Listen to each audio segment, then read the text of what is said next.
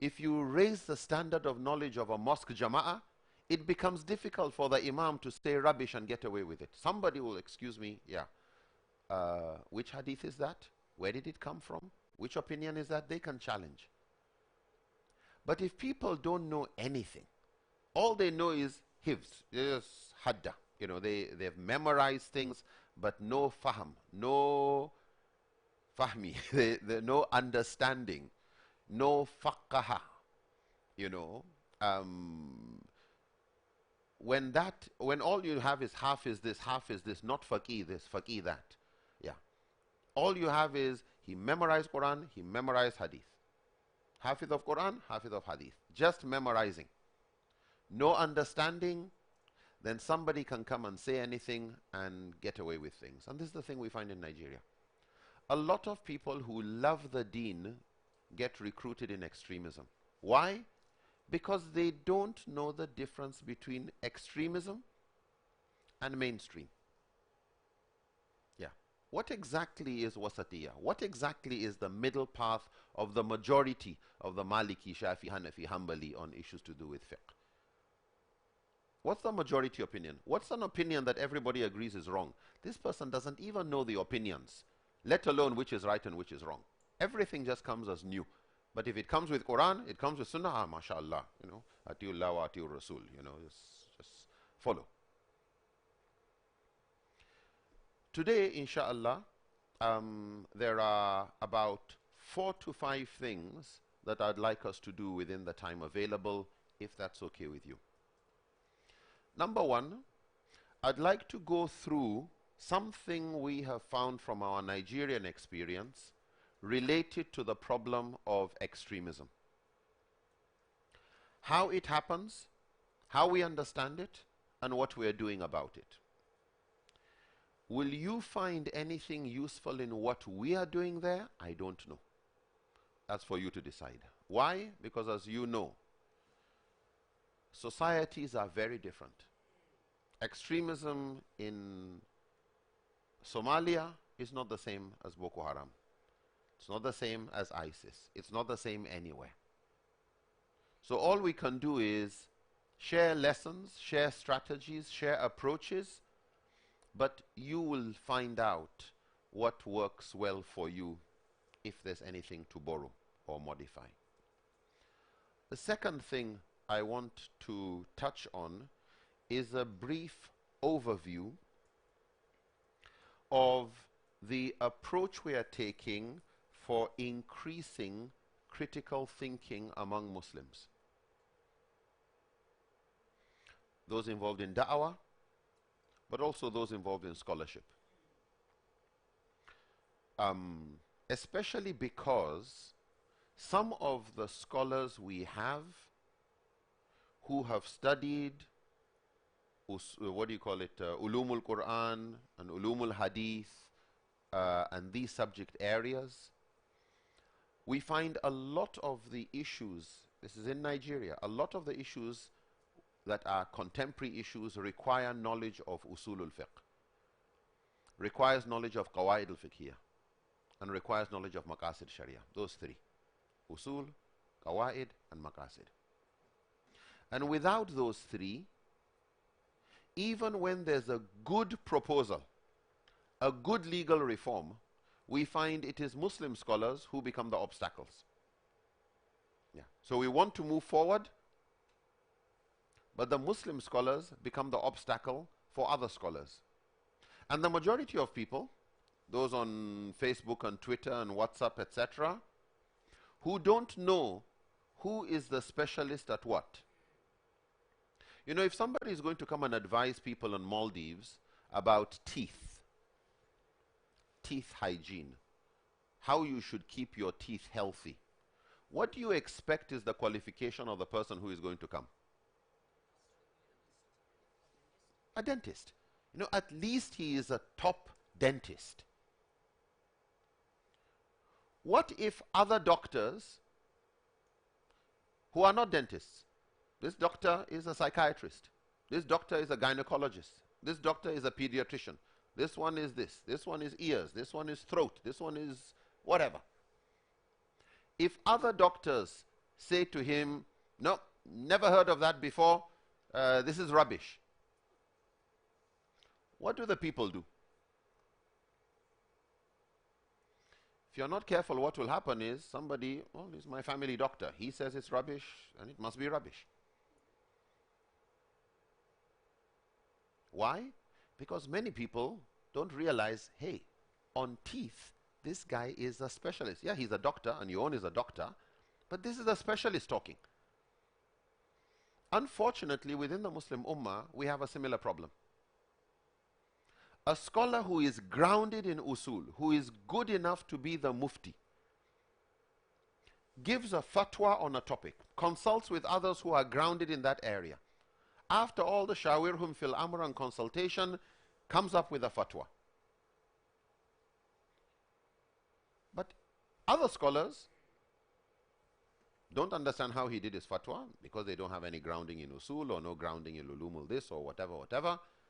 No, never heard of it before. I don't know that opinion. And his followers also just listen, a bit confused. No, we go with the one we know. And so even when you go and send people to study the methodology of ijtihad, to come up with new rulings that are relevant to your society, that can move Islam forward, the number one obstacle becomes Muslims. And sometimes Muslim scholars who are not specialized in that area, who are followed by so many Muslims. Why? Because many of our average young Muslims, very active on social media, they don't know the difference between a muhaddith and a faqih, an usuli and a mufassir, and who is just hafiz of Quran, who is just charismatic da'wah person, who is just good with tilawa and qira'ah and recitation, who is it that is just good with dua. Wallah, in Nigeria, if you can memorize around 20 du'as, dua for journey, dua for sick person, dua for marriage, dua, just memorize a lot of du'as in very good Arabic, go to a mosque and say, let's do dua, and you rattle some dua, you are sheikh. Yeah, somebody will say, please, assalamu alaikum, I have this problem. You become a consultant. You know? In the country of the blind, the one-eyed is king. So in order to help reduce, we can't say solve a problem, but reduce that problem, we have what we call a Vision 2030. A number of Islamic organizations in Nigeria are getting together to promote what they call Sharia intelligence. Sharia intelligence. You know the way you have emotional intelligence, social intelligence, ecological intelligence, cultural intelligence, Sharia intelligence. What is Sharia intelligence? Very briefly, Sharia intelligence is just a combination of usulul fiqh, qawaid al-fiqhiyah, and maqasid Sharia. These are the critical thinking tools of Islamic jurisprudence. Yeah, these are the critical thinking tools of Islamic jurisprudence. These are the tools that allow Muslims to understand Islam in a sensible manner. It allows them to ask critical questions that very easily you will know whether this guy is an expert in his area or not. Yeah, so these are the critical thinking tools of Islamic jurisprudence, and we call it Sharia intelligence. Qawaid. Yeah, maqasid Sharia, usulul fiqh, and qawaid al-fiqhiyah. So I'll give you a brief introduction to what we're doing there. Will that be useful to you? I don't know, but we'll look. I would then want to open the rest of the day for us to focus on things you consider priorities that, from our experience, we may be able to share ideas on. One is the challenge of atheism. Atheism is on the rise. It's a very youth thing. It's very quiet. Less than 10% of atheists would actually talk, so you think it's a small group.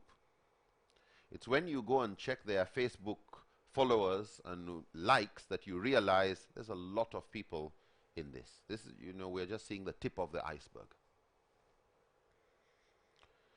What are these challenges? What are the common questions that you face, that we face? How do we respond to this challenge? And then the question of what can we do about extremism? In Nigeria, to be very honest, we didn't do much about extremism. We saw it coming. We complained to some of the leaders. But what's the problem? When somebody is teaching someone a concept of jihad that is dangerous, a concept of wala wal bara and interfaith relations that is dangerous, so long as that person hasn't done anything wrong, what can the police do? Nothing. So here's a Muslim who is teaching hatred, and we can see anybody who is to go and act on what this person is teaching would create problems. So somebody goes and reports the Muslim to the police and leadership and says he's teaching something dangerous. The police have two options. If the police say, all right, they say you are dangerous, they catch you, interrogate you, put you in prison for a few days, warn you, whatever anger you had, it's times 10. By the time this guy comes out of prison, he is now really angry. That's one problem. Human rights organizations say, police, what did the guy do? Which law did he break? He said you are corrupt. You are corrupt. You just showed you are corrupt. But not just that. Other Muslim organizations say, aha, you see, they are targeting Muslims. And so you create more resentment and anger against the government if you arrest him. If you don't arrest him, his teachings are getting more popular, more followers. So for many in Nigeria, this was a dilemma. What do you do? A lot of people just left it alone. In Yobe state, Nigeria has many states. 38. Can't remember now, actually. You growing up, they keep adding. And one of the states is Yobe state in the northeastern part of Nigeria. That's a state that has had one of the highest recruitments into Boko Haram and that violent extremist ideology.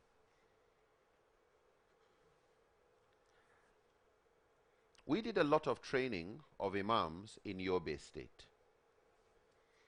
What's interesting is that in local government, so every state has a local government. In local governments where the imams were very active in countering the arguments of extremists, they had very little problem from Boko Haram. Boko Haram didn't get to make a home there. They didn't get to create any problems. Very minimal problems. In those local governments where the imams kept quiet, either because it wasn't important or they didn't know how to respond, they had the greatest recruitment, but also the greatest amount of destruction of life and property by Boko Haram. So if you just look at the role of Muslim scholars were critical in preventing extremism from becoming violent. And even when it went violent, it became very difficult for the violent extremists to recruit people from a community or come and have a base and informants and people who support them from a community. No house to stay, no, you can't set a good base there. So we do know that the role of Muslim scholars is very critical in whether extremism becomes violent or not. We live in a world where one bomb can shake a lot. September 11th shook the world and has changed a lot. That's the world. In Nigeria, in just one bomb in Abuja, and everywhere you want to go, search to search. One mosque explosion in Kanu. Mosques around the country, everybody wants to search you before you go into the mosque. Just one act. The implications are very disturbing. This is the problem we have today. You don't need a lot of people to create so much destruction and disruption. You just need one.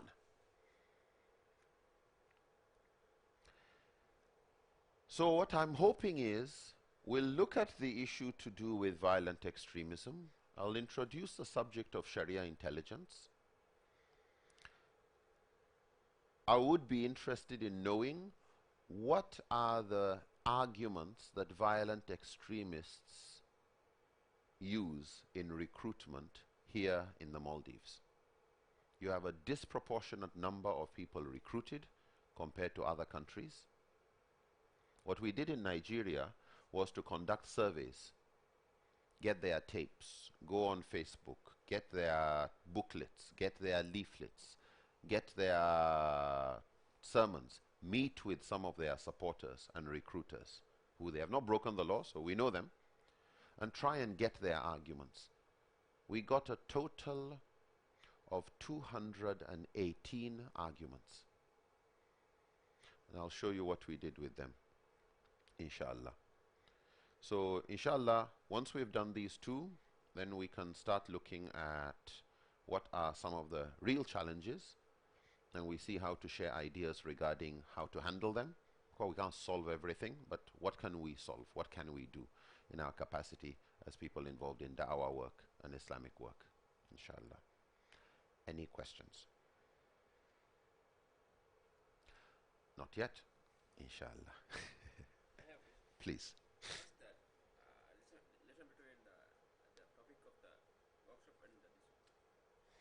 The topic of the workshop, I think the issue to do with the topic of the workshop is I got information a bit late. There were a number of things we were supposed to cover, and so it was difficult to give it one title. So I think they picked communication as, all right, it's all about how do we communicate with other scholars, how do we communicate, in that communication is da'wah. We will look at some communication skills, but what I also hope is that you may find the slides here another way of presenting topics. So the first slide, for example, is just that. Yeah. So I'm hoping that how we discuss this would be another way of sharing how to present some topics. But really it's more communication for change, of violent extremism, of critical thinking among Muslims, and how do we do that. There are other issues if you would like us to look into, inshallah. We can look at them more specifically, regarding how to make presentations, but I think a lot of that some of you already have. You've been teachers for long, so it's really more a broad skill based. I think this is more a title of convenience. Yeah. But if you do prefer us to focus on a particular area, do let me know, and inshallah we'll do that. Yes, sir.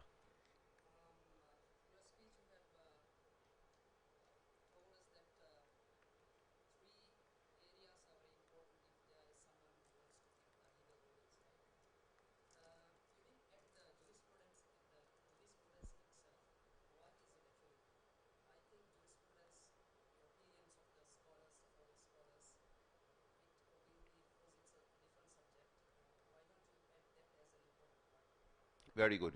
Why not add the field of jurisprudence to the subject area? Oh yeah, no, definitely. Because if you look at usulul fiqh, you will automatically look at Quran, you look at Sunnah, you look at ijma of scholars. So what there's a consensus about, that will be presented. I think because you're absolutely right. Jurisprudence is important. Fiqh is important in understanding even usulul fiqh. So I'm not in any way belittling that. But it's to understand fiqh with its usul. Then somebody respects the context in which the fiqh applies. Another area, which we've not mentioned, really because it's more introductory, is seerah.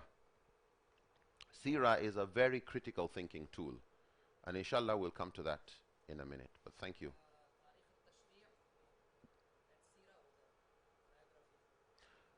Especially biography. What exactly did the Prophet do? How did he live? Is it true that Muslims at the time of the Prophet lived under non-Muslim rule in Abyssinia? Was the Prophet okay with that? And even after the Hijrah, some still remained in Abyssinia, and Islam continues to spread there. Was that okay? And what's the implication of that to us today? So we present seerah in ways that people understand the reality of life at the time of the Prophet. Because for some Muslims, when you are weak, you should be good with non-Muslims. When you become strong, you should oppress them. Is that really what we see in the seerah? You know, after the conquest of Mecca, did the Prophet oppress the Meccans? You know, is that what we saw? When somebody tried to poison the Prophet, and he's head of state, okay, why would he forgive? Was this weakness? When a dead Jew is being carried for burial, and the Prophet stands up, and they ask him, why are you standing up? He's a dead Jew. And he said, was the person not a human being? Was that out of fear? Or was that just his rahmah? And so what we find is a lot of young people are only taught seerah, battle of this, battle of that, conquest of this, conquest of that. So when you ask somebody seerah, all they remember is there was persecution in Mecca and the Hijrah. And then a battle of Badr, and then Uhud, and then Handak, and then finally Fatu Makkah and the conquest of Makkah, and then there was peace, and then conquer, conquer, conquer, conquer. Is that really what the seerah was? You know, if you look at, and inshallah, let me not preempt the discussion, but what we find is seerah is very important to look also at the peace building. That even these fightings were only because somebody wanted to fight, and if you didn't fight back, you'll be finished. So they were defensive for the sake of peace. But you only fought for peace enforcement, for peacekeeping, when there's no alternative. Otherwise, the Prophet preferred sulhu. You know, let's have a treaty.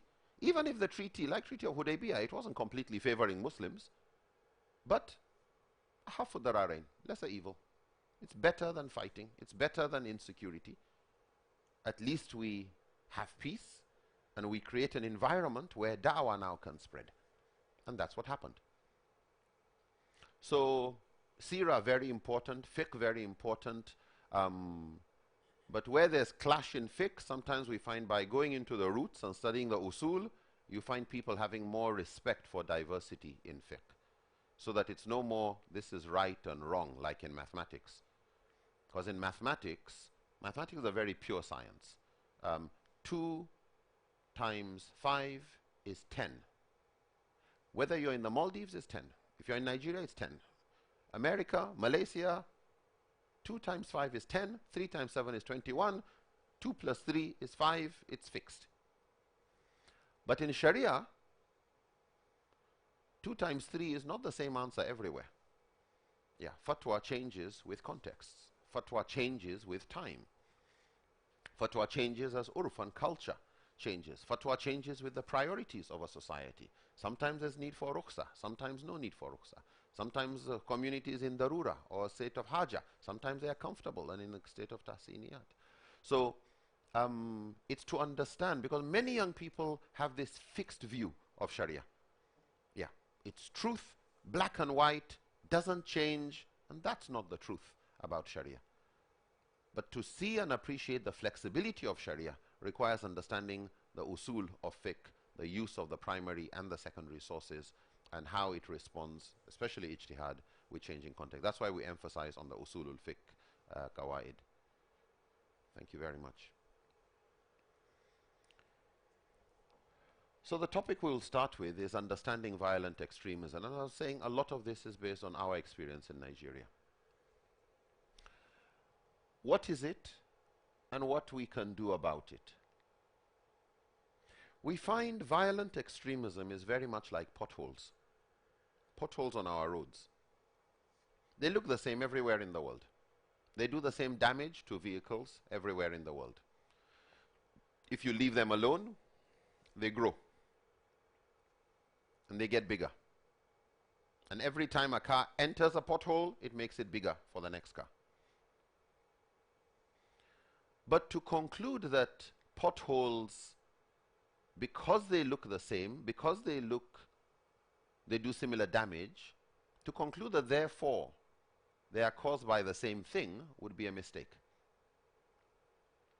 Sometimes potholes are the result of poor workmanship. Okay? The road construction was lousy. Sometimes it was good workmanship but inferior material.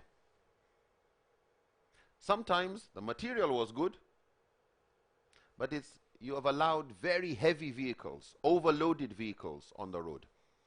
A road that is meant for small cars, you now allow trailers with goods on it.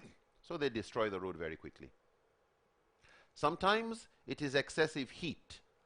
If you look in places like Saudi Arabia and some of the Middle Eastern countries, the heat of the sun softens the tar. It's made soft. And when a heavy car goes, it creates a depression. But in places like Scandinavia, Canada, and the very cold places, potholes are as a result of excessive cold. When the cold is too much, the tar becomes like glass. And when a heavy car goes onto it, it cracks.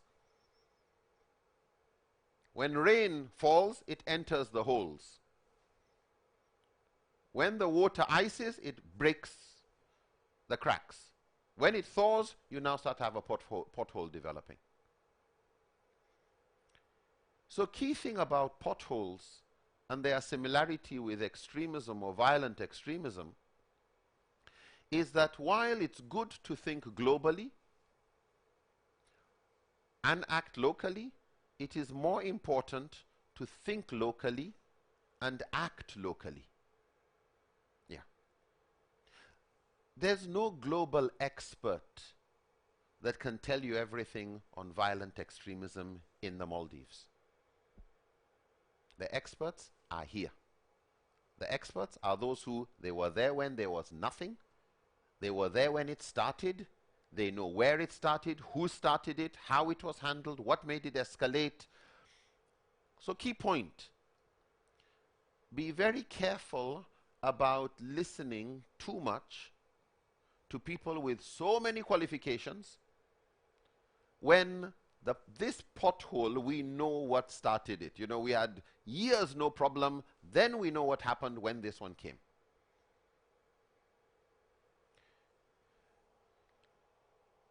The Prophet ﷺ gave us a metaphor of how some problems occur in a society. And you remember the hadith of people who lived in the upper deck and the lower deck of the boat. The lower deck being the majority of people. When the majority of people have essential needs, like water, they have grievances, they have needs they want, health, jobs, education, welfare, different needs every society has. They speak to the people of the upper deck. When the people of the upper deck do not educate them enough, Do not help them meet their needs. And they want water. What do they decide to do? They know where to get water. It's down there. And some people who are very angry behave like drowning people. You go to help somebody drowning, you know what will happen. If you're not careful, he'll pull you down with him. Yeah. You can say that's not a very rational behavior. But people in desperation sometimes will go and dig a hole in the bottom, to the detriment of the whole society. Nelson Mandela, peace-loving guy. You know, South Africa, anti-apartheid. But when he was captured and put on trial, this is what he says. During his trial, he said, "It would be wrong and unrealistic for African leaders to continue preaching peace and non-violence at a time when the government met our peaceful demands with force. It was only when all else has failed, when all channels of peaceful protest had been barred to us, that the decision was made to embark on violent forms of political struggle." This is Mandela. When people have a problem and they want to complain, and you block complaining, it bottles up. And when you are violent against them, and we saw this exactly happening in Nigeria. When government went in with troops, they wanted to attack Boko Haram. Why? Because of we hear they have weapons, we hear, okay, we got weapons in different places in Nigeria, armed robbers have weapons, whatever, whatever. The local leadership told the government, wait, we know our people, we will find a solution to this problem. Give us 3 weeks. Government says we don't have 3 weeks. Security went in. That's when Boko Haram, it was terrible. A lot of innocent people killed. That was when Boko Haram had all the evidence to say, this government is Tagut. This government is Jalut. This government is Fir'aun. Yes.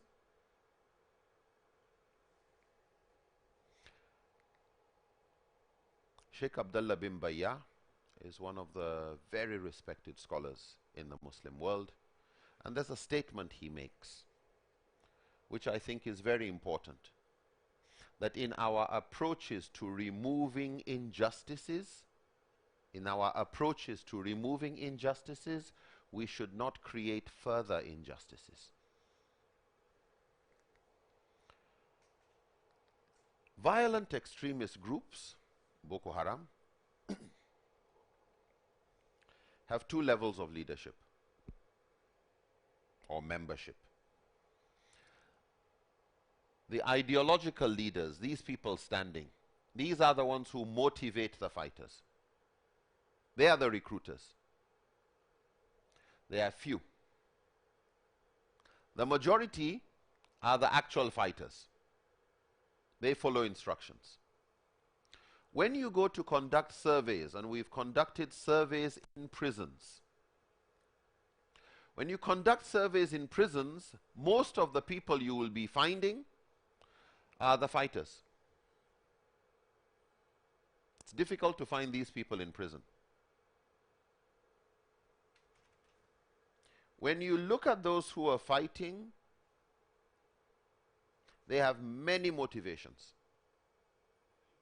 Revenge, my friend joined, money, excitement. What are the other reasons? And religion. But many motivations, many pathways that turn them into fighters. When you look at the leadership and those who are recruiting, they have a very strong ideological narrative.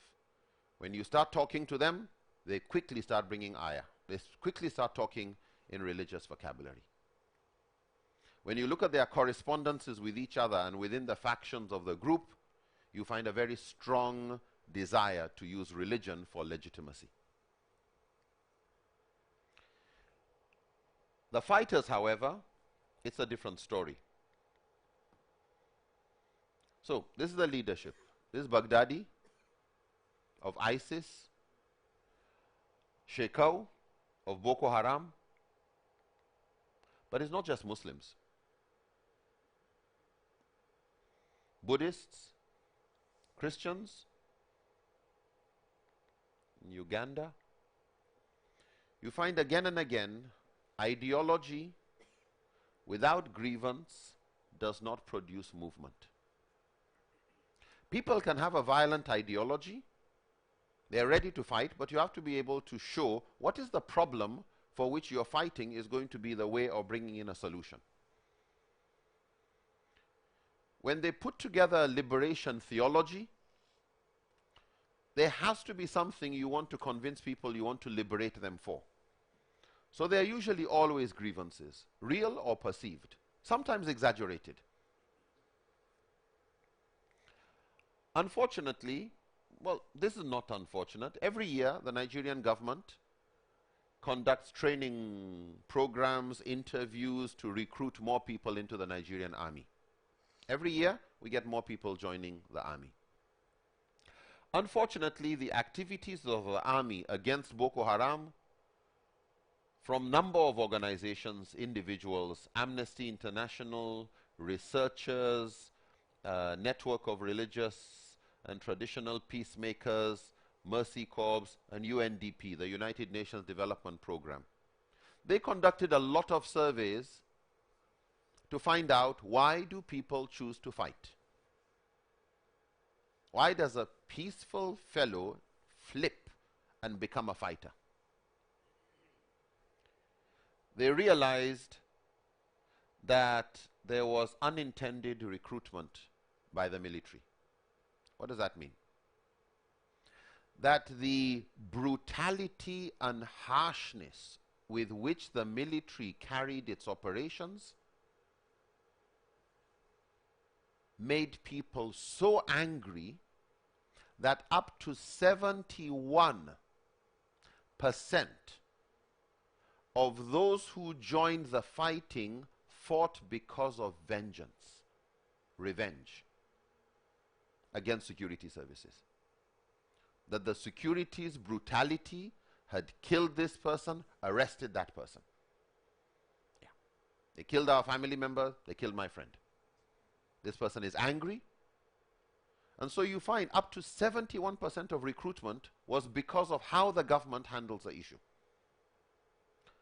Only about 10% of those recruited were purely recruited due to radical religious ideology.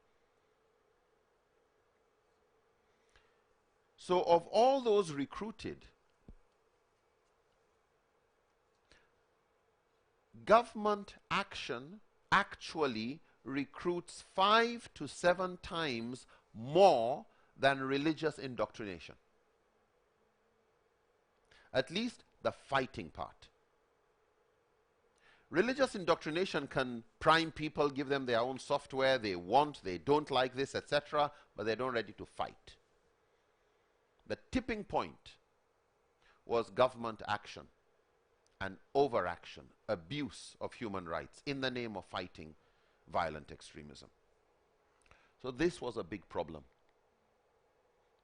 And so to our defense and security forces, it is important that in our approaches to removing injustices, we should be careful not to create further injustices. Yes, we want to remove extremism and violent extremism, but bil hikmah, wal mau'izatul hasana. You know, it has to be done with wisdom. It's not one where we don't like you, just bug up. No, this type of problem is not killed with bullets. Yeah. A violent ideology can become more violent if you approach it with violence. Yes, there's when it's got out of hand, you have to bring the security in, but that should not be the first course of action. Everywhere where people thought violence would solve the problem just gave us a very prolonged, terrible type of thing. The British thought, oh, we'll solve Ireland in just a few days. This one thought you'll solve this one, and it just escalated. How does violent extremism move? How does the extremist ideology get to go far? To explain it, we use a metaphor of mimicry, biomimicry, or like camouflage. So here you've got a chameleon. A chameleon can change its color to look like leaves, to look like another chameleon. Why would it change its color? Sometimes it wants to hide, but sometimes it wants to attack, but knows, just like military, they wear camouflage to be able to move undetected.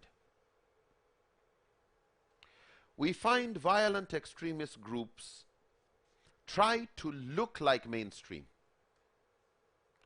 You will find them trying to own religious identity. If you are the scholar in your mosque, the violent extremism wants people to believe you are ignorant. He is the scholar. You don't know Islam. He's the one who knows Islam. They will use names for their organizations, for their members. They are Firqatun Najiyah. They are the successful groups. They are the mu'minun. You are the munafiqun. The ummah will divide into 70 this text, and Jews will be this number, and Christians will be that number. They are the guided ones. You are the lost ones.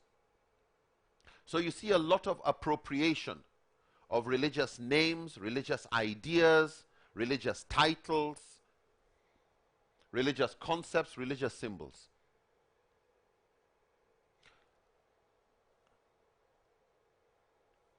And this has allowed them to move. And if you are not adequately religiously literate, if you don't know enough about the religion, you will not be able to detect a problem. This is ISIS. La ilaha illallah. That's very positive. Allah, Rasul, Muhammad. This was the symbol, this circle here was the symbol that the Prophet would put on seals of treaties with people of other faiths. It's a symbol of authority. But it's not just Muslims. This is a Jewish terrorist group. But they will use the Star of David. Why? Because to them, they are the real Jews. And they don't mind killing Jews also. This is the Ku Klux Klan. They claim to be Christian. They will use the cross. But they will also burn other churches. They will also kill Christians. They will kill Jews. They will kill blacks. But they will use the cross. Sorry? Jehovah, separate group. Jehovah's Witnesses, a separate group. Jehovah's Witnesses is not violent. Yeah.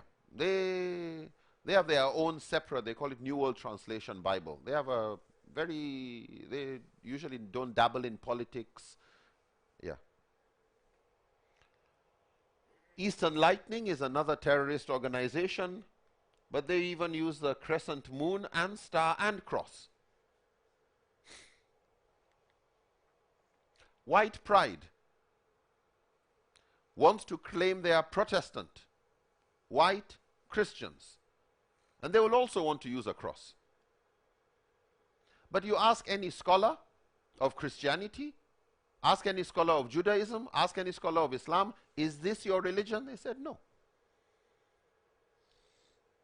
They will tell you this is just ignorance. And what you are having here is that if good people do nothing, it allows these things to carry on. You know, somebody once said, the only condition necessary for the triumph and success of evil is for good people to do nothing. What we are seeing is a clash of extremisms, where this form of extremism against this group produces another extremism against. This Islamophobia creates another Christian or Western phobia. And you have this clash of ignorance, clash of extremisms.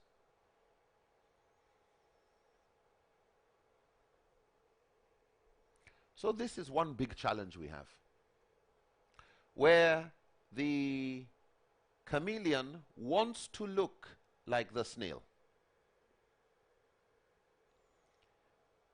However, wants to look as much like the snail so that you call it a snail, but needs to be different enough to justify saying we and you, and justify we can bomb you, we can kill you.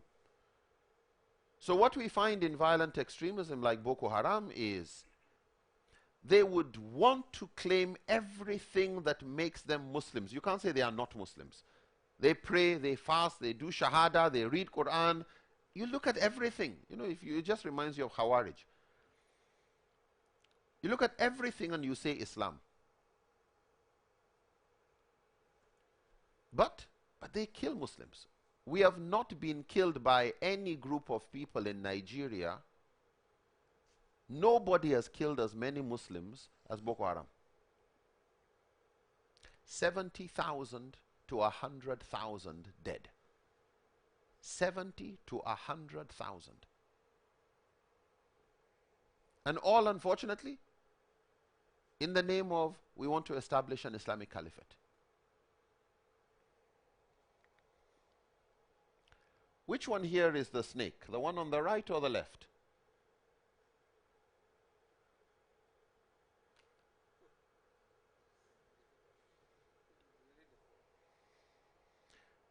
The longer you stay looking at it, the more the answer comes.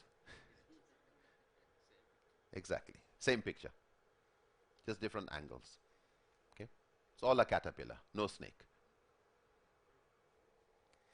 Key point here is the job of mimicry, you know, where you try to look like something and it's easy to think it is the same. If you don't know how to spot a counterfeit, fake money, it's easy to think this is all a nice amount of cash. Yeah. Easy to collect. Why? Because you don't know what exactly to look for. For people who work in banks, for police, when you give, if they arrest you and you have a lot of new money, not $10, $5, no, $50 or $100, then they want to check. Why? Because the counterfeit tries to make the counterfeit even more genuine than the genuine one. Here's one problem we have with extremism. Extremism tries to present itself that this is the real Islam. And they have different ways of trying to discredit Muslim scholars and mainstream.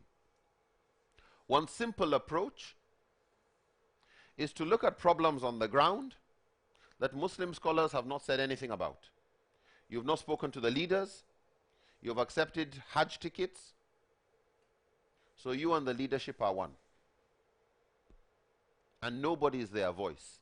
And the violent extremism is the one who is going to come and insult the government, insult this, insult that, insult that. And people think, aha, somebody now is talking for us. Yeah. Which is why it is important for you to have a system with good adab. If there's a problem, have a system of scholars making it clear to the government. So that people who have complaints know we have a voice. Otherwise, they have terrible ways of complaining. They make a hole in the bottom of the boat.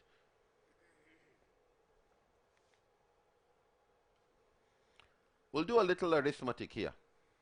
Maths. What is the formula for the volume of a cylinder?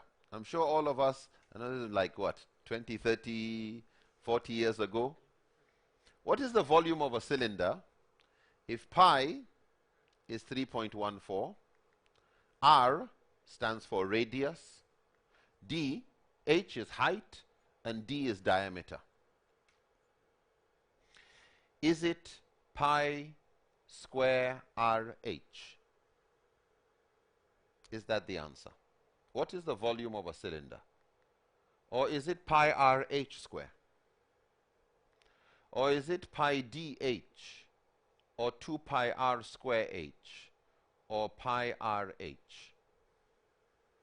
A, B, C, D, or E? Which is the volume of a cylinder? Anybody? B?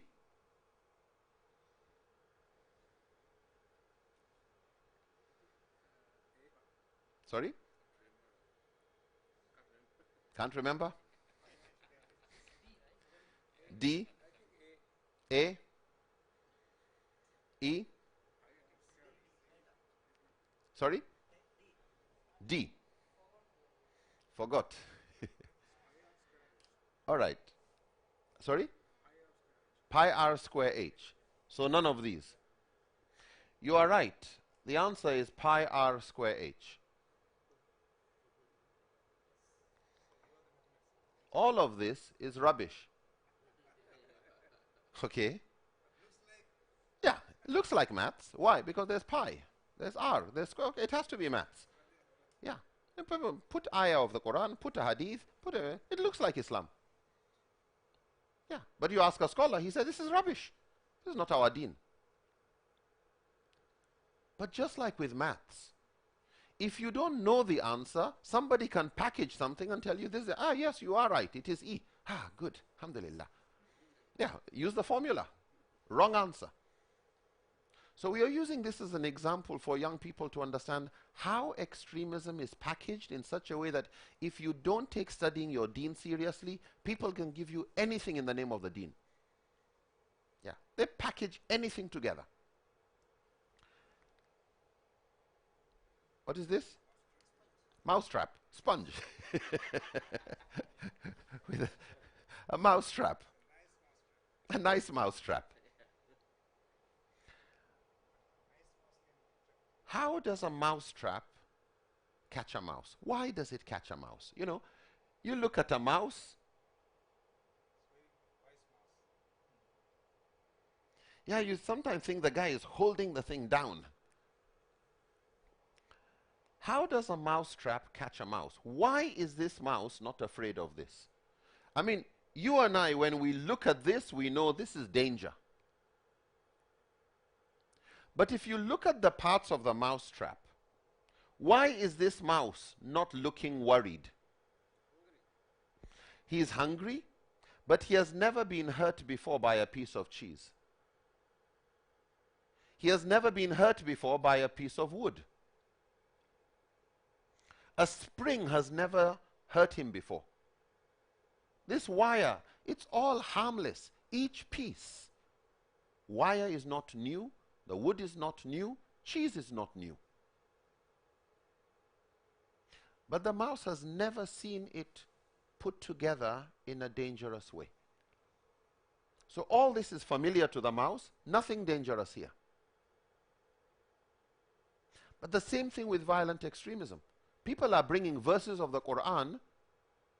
We love the Quran. It's Rahmah lil Alameen, and the Sunnah, we're fine with it.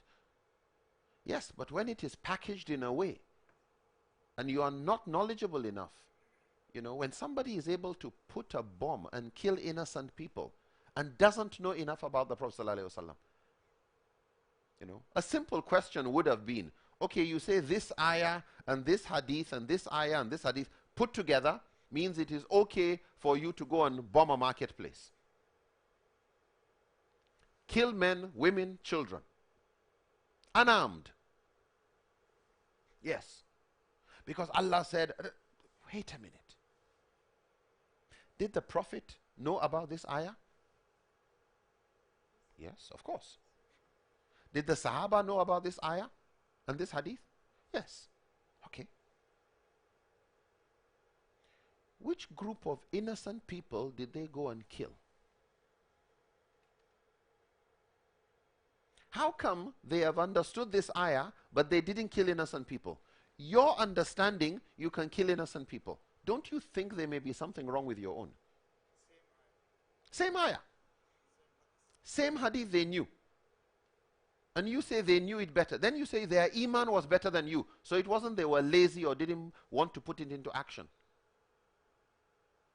But unless you bring the knowledge of a Muslim to a level where he can think critically, you package anything, he loves his deen so much, just give it to him. He's frustrated, it meets what he needs.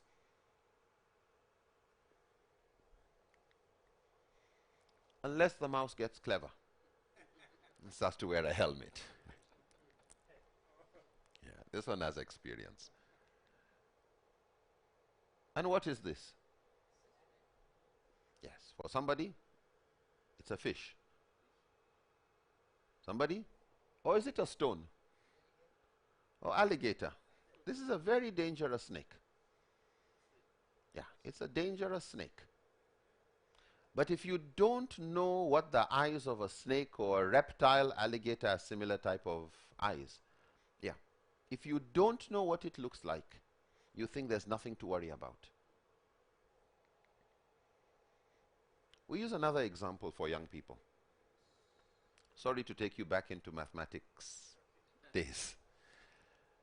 In arithmetic or in mathematics, there's an order for mathematical operations. Okay? When somebody tells you, what is 5 minus 3 times 2? Divide by 7. What do we normally do? We get our calculator, right? 5, yeah, times 3. Minus, divide by, we just do it like that. Yep, the answer is 7. But is that how it's done in mathematics?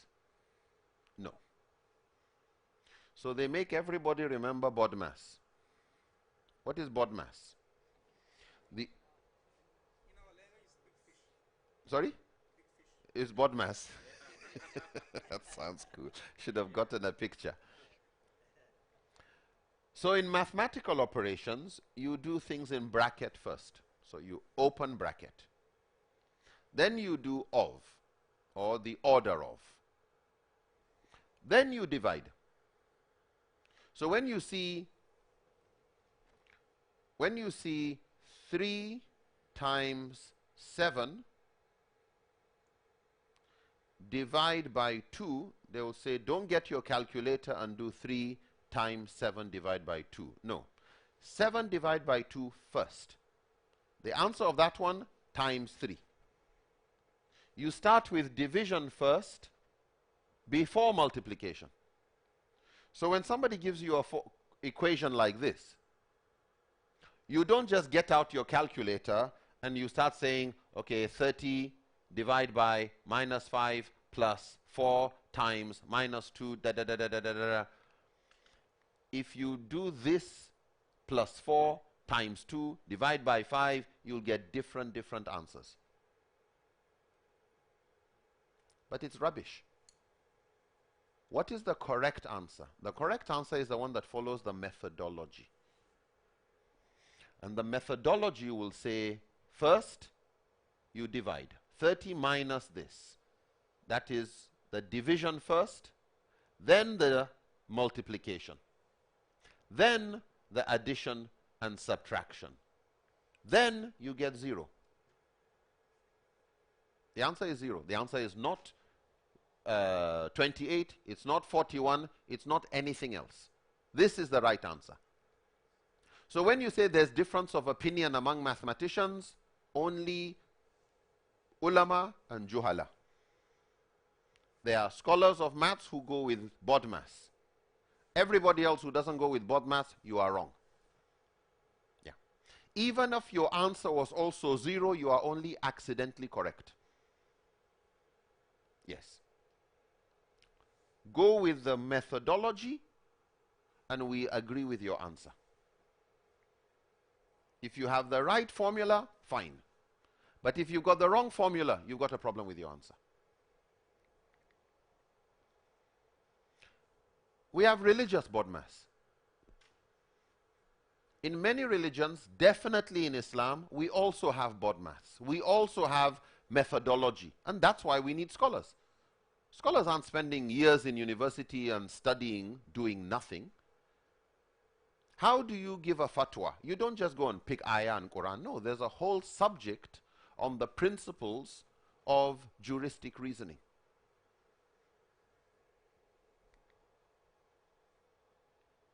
And these scholars have different specializations. Some are specialists in the raw materials down here. Quran and Sunnah. Ulumul Quran, Ulumul Hadith. Is the Hadith Sahih? Is it, like in pharmacy where you get the real substance that you are going to make the medicine with, the active ingredient, the mineral, the plant extract. Then you have the industrial pharmacist. The industrial pharmacist is the one who puts it together to make the medicine. He is like our mujtahid or fatwa councils. They make the medicine. Then you have the doctor, who is more like a faqih or a mufti. He's the one that prescribes it.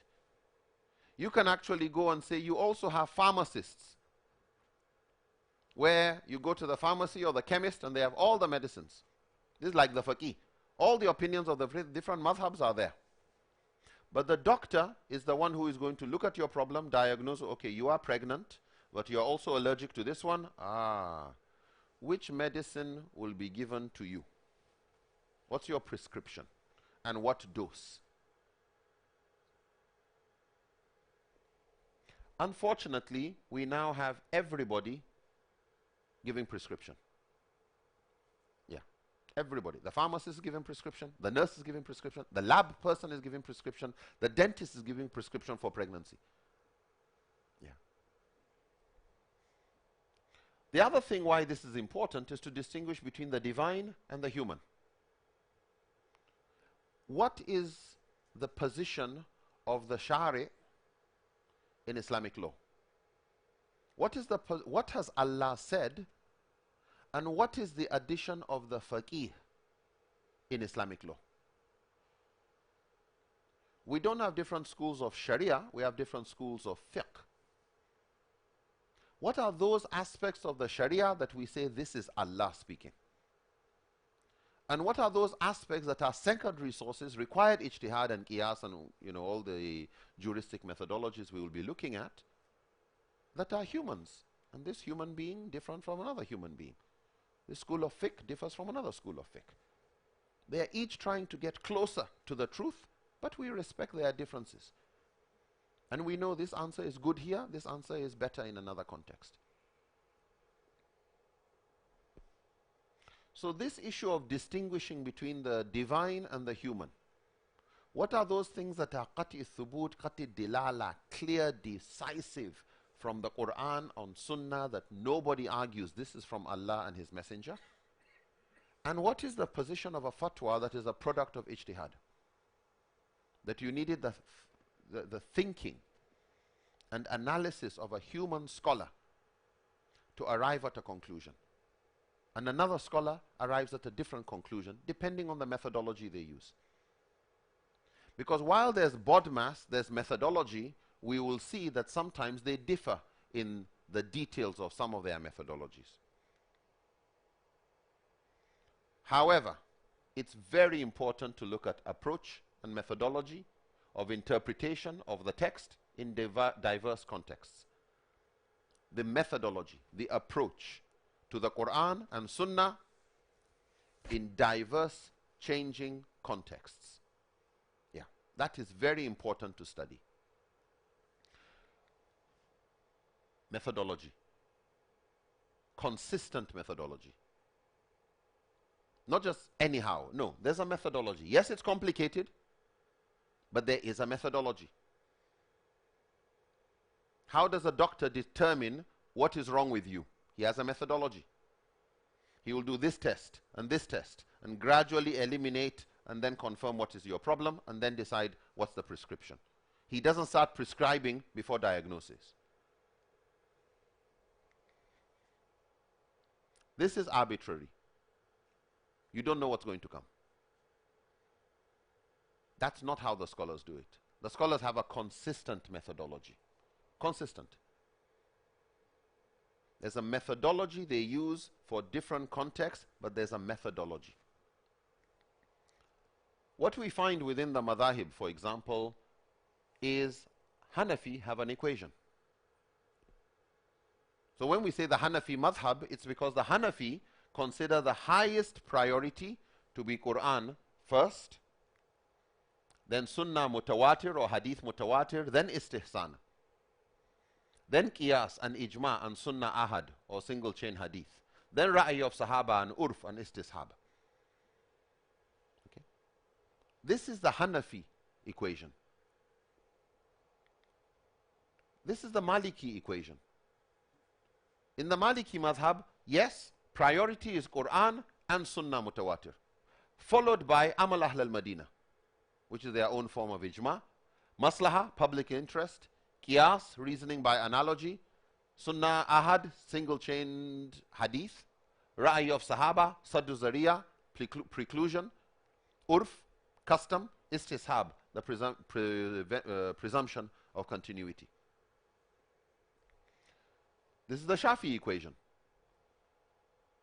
Quran, Sunnah Mutawatir, Ijma of companions or community. Sunnah Ahad, Ra'yi of Sahaba, Istishab, Qiyas. Some of the later Shafis added Maslaha. By the time Juwayni, Ghazali and others came in. So this is what you call how the school started, but the schools grew. And so you had differences of opinion within a school. But there was a main backbone that allowed you to identify a particular school. This is a Hanbali school. They have Quran, Sunnah Mutawatir, Sunnah Ahad, Ra'yi of Sahaba, opinion of Sahaba that's not contradicted by other Sahaba, consensus, Qiyas, reasoning by analogy, Maslaha, public interest, Istihsan, equity or juristic preference, Saddu Zariya, preclusion, and Istishab, the presumption of continuity. When we say these are the tools of the schools, this is their own BODMAS. This is their own equation. And there's what they all hold in common. All of them give preference to Quran followed by Sunnah Mutawatir. But when you say Hanafi school, what do you mean? You mean that methodology and consistent approach that hundreds of scholars, including Mufassirun, Muhaddithun, Fuqaha, they all agreed when it comes to ijtihad, when it comes to representing the Prophet in his absence, if somebody asks you a question that was not asked before, this is the equation you follow. So every scholar belonged to one madhab. If he wasn't a mujtahid, then he belonged to a madhab. Sometimes a madhab would have more than one mujtahid, and they would contribute to the school. But their contribution was not enough to break the school, but they would usually have more than one opinion in the same school. Ibn Taymiyyah would say he is Hanbali. But within the Hanbali school, Ibn Taymiyyah puts istihsan forward in front of Ahad Hadith, similar to Hanafi on that issue. But others would not do the same. Some in the Maliki school would put Sunnah Ahad ahead of Amal Ahl al-Madinah. It's not the majority opinion, but he's still Maliki. He agrees with Amal of Medina. That's why he is Maliki.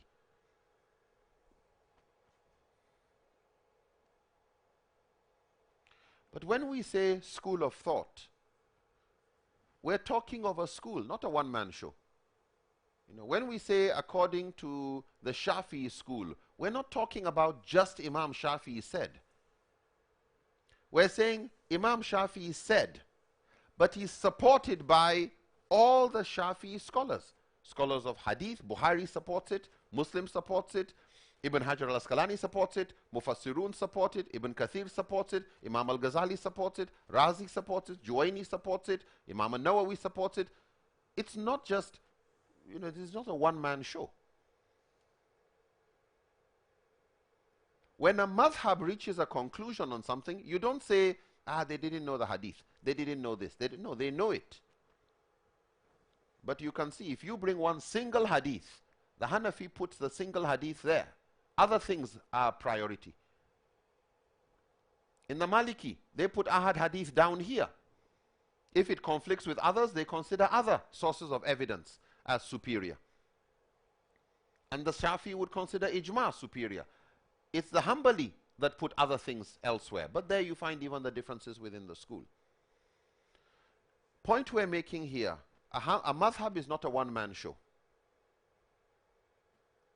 And if you are not a mujtahid, you can't just come up with your own bodmas.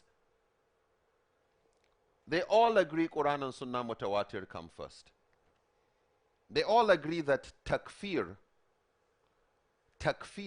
is based on a rejection of a clear evidence of Quran and Sunnah. They will not do takfir on you because you differed on istihsan or ijma or a single hadith, etc. This is for the four schools. So when we look at these bodmas, these methodologies, these are the methodologies that have kept opinions into mainstream. Yeah, so when we say mainstream, we are talking about the use of these formula. Any of these formula you use keep you in mainstream. But you have to be careful about picking and choosing and coming up with your own formula, because if you are not careful, you come out with a mousetrap. So for example, and this is why some scholars are afraid of talfiq, of just picking from different madhabs. Why?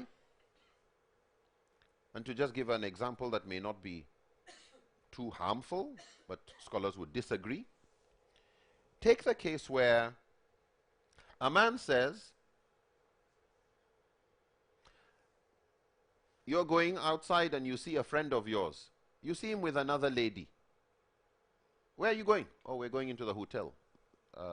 You have a room here? Yep. We're starting our honeymoon. Oh, you're married? Yep. But I didn't know. Now you know. Okay. But I was at your house today. Nobody said anything about marriage. Oh, we just finished it 15 minutes ago. Where did the marriage take place? I'm not sure. What? Oh, our friends did the marriage.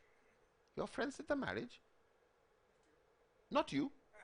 Well, my friends represent me and her friends represent her. What? Yeah, in Maliki, you don't have to be there at your wedding. You can appoint a wali. Yeah, but the girl has to get her father or her... Oh, wait a minute. In Hanafi, when she's reached an age of maturity, she doesn't need her wali's permission. It's good, but it's not essential. Wait a minute. So you are not there to witness this marriage, and her family knows nothing about it, and your family... No, I don't need my family's consent. So, how much did you... Mahar? No mahar. No mahar? Yeah. You see, in Hanbali, I'll teach her some verses of the Quran. I'll just help her tajweed. Okay. Have you taught her already? No, because like in Shafi, you don't have to do it all now. You can give it later. Sorry, you're wasting our time. We want to go upstairs. Every madhab will tell you this is not a marriage. Yes, this is just one big loophole to go and do zina. And when we catch you, all you say is, oh, but our friends did it on our behalf. And when the friends say, well, we didn't know what to do, well, that's not our fault. We gave you the job and you said you will do it and that's it. Now, on something like that, maybe it's not too harmful. But if you do that type of thing on jihad, somebody dies. And so it is really important to have a consistent methodology. Otherwise, you can put together something that every scholar will tell you, I don't recognize this in Islam. But the person will defend it. The way this one will say, no, we don't need her evidence, and he will go and bring all the Hanafi evidence to defend their position. And all the Maliki whatever to defend their own. And all the you can see religious defense, but it's put together in a way that's very dangerous. And so it is really, really important that we distinguish between arbitrary, inconsistent, and interest-driven methods from the methods of the scholars. Principled, consistent, scholarly methodology. We have found that when it comes to this methodology, 4 subjects are very critical for Muslim youth. You don't need people to know too much about medicine before they know which doctor to go to. Okay? You don't have to graduate from medicine to know that for teeth problem, you go to the dentist. And for pregnancy, you go to the gynecologist. You don't need to graduate from medicine to know the specialists. Also, if you go to a doctor, they say there's a new doctor in town. He comes from Nigeria. And he has a clinic. MashaAllah. And you have back pain. And you go to the doctor, he says, sit down. What's your name? My name is Nuruddin. Nuruddin. Okay. You have back pain. Yeah. No need to explain. This is the medicine, this is your bill.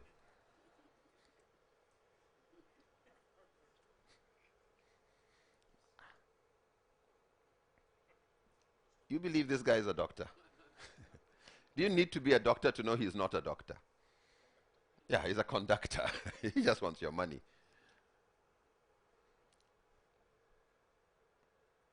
A mother may not know medicine, but she can know whether the prescription of the doctor is working or not working. Yeah. If the temperature of her child doesn't come down, she knows something is wrong. She doesn't know the medicine you gave, but she knows what a healthy child looks like. She knows what the heartbeat of a healthy child is. She knows what the breathing of a healthy child is. And if it's not working, you gave medicine, she goes, and the doctor says, yep, now take this medicine. 3 days later, problem. What does the mother finally do? She will tell you. What does she do? Does she say, let us decide what medicine to give? No. What does she do? Let's consult another doctor. Yeah. Why does she, who has not studied medicine, say, let's move to another doctor? Why? Why does a mother or a father, they didn't study medicine, but after they see the medicine is not working on their child, or their child is not getting better, they move to another doctor? Have they done anything wrong? Have they done something wrong by changing doctors? Sometimes. Would you change doctors?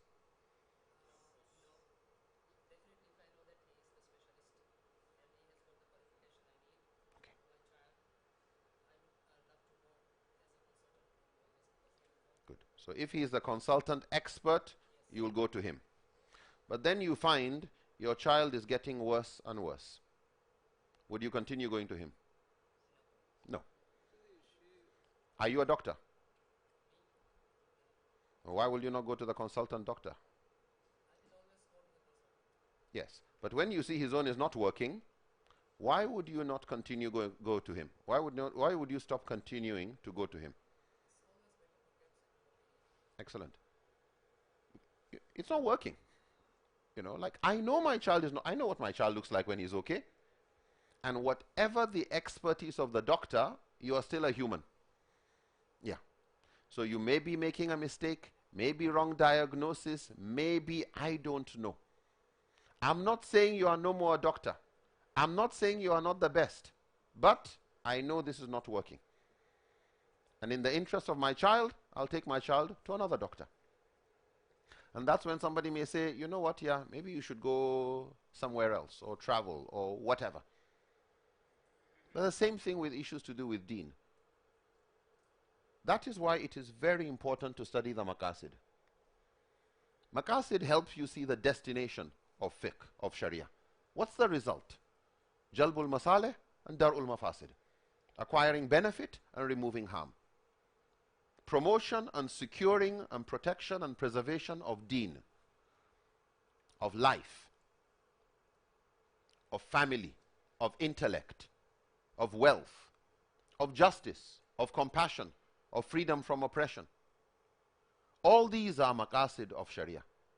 And when a fatwa is undermining a maqasid, when a fatwa is threatening a maqasid, we know, wait a minute, let's ask another mufti. Yeah. When a prescription is killing your child, the child is getting worse and worse and worse and worse, you don't continue just listening to the same doctor. When the child finally dies, people will ask you, what's wrong with you? After 1 week, the child is not getting better. After 2 weeks, the child is not getting better. And you still go every 2 days to the same doctor. They will blame you.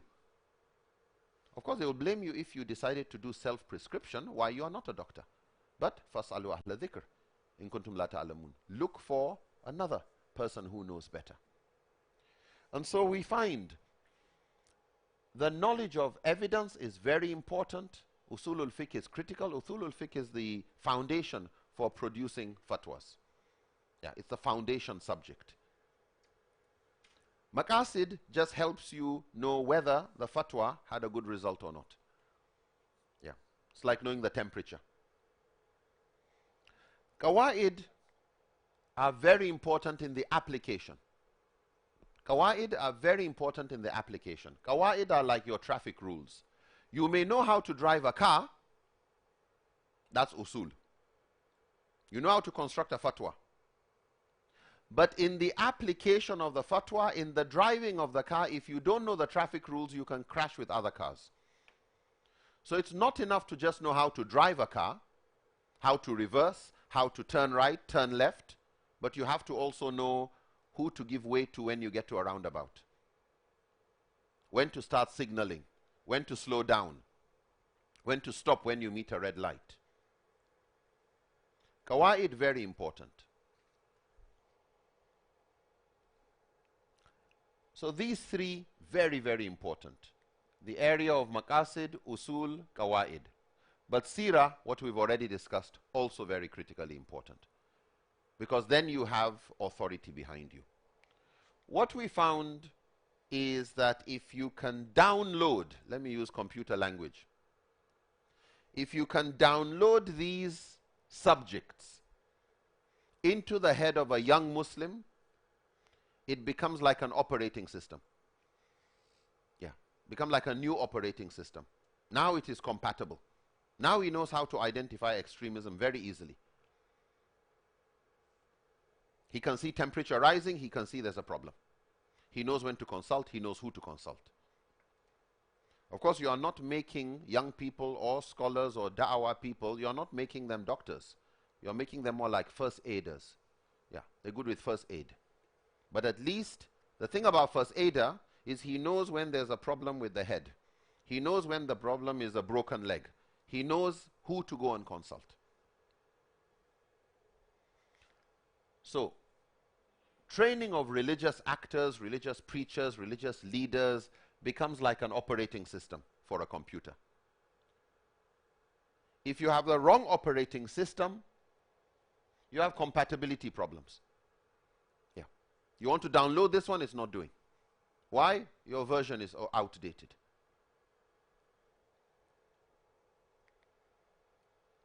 And the person doesn't know the difference between caterpillar and snake. Yeah. No good operating system, you have a lot of problems.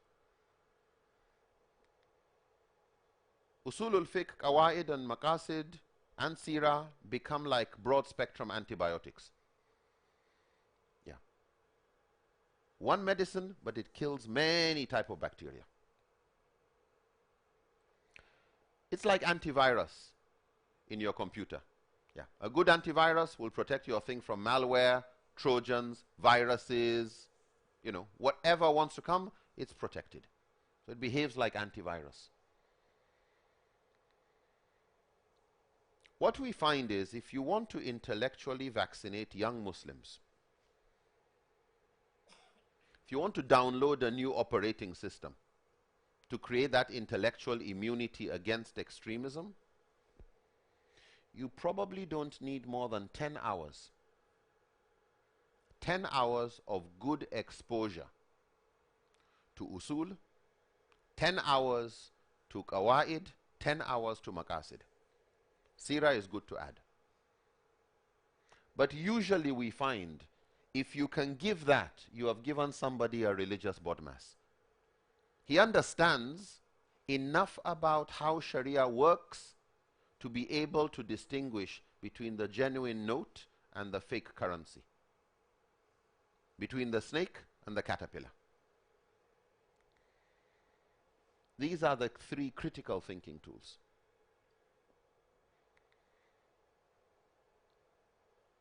Usulul fiqh, the principles of jurisprudence, qawaid, Islamic legal maxims and philosophy, maqasid, the objectives and higher intents of Islamic teachings. In Nigeria, in our struggle against violent extremism, we divide the community into two. The first one down here, this one's with the yellow down here. This is the first category. We call them the community gatekeepers. Scholars, imams, activists. They are the ones who talk about Islam. They are the ones who, if anybody has a problem, they will ask them. This is the first category. So what we do is, we train these imams in the faith-based critical thinking tools. Usul, qawaid, and some very fundamental aspects. Not the whole of usul, not the whole of qawaid, not the whole of maqasid, but the most critical parts of it, because these are very big subjects. You're not training people to be mujtahids. You're training them to be able to identify and counter extremist ideologies. But then we look at the narratives and the arguments that extremists use. Those ideological themes on issues to do with jihad and education and wala wal bara and state and democracy and takfir and constitution and all of those ideological themes. Because they already have grounding in usul, qawaid, maqasid, it is easy now to discuss these issues. Then we discuss realistic alternatives to violence. Why? Because you also have to show you are concerned about the problems of society.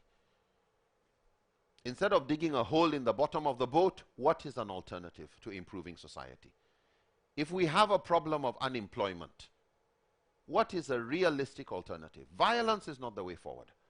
Violence will only create more unemployment.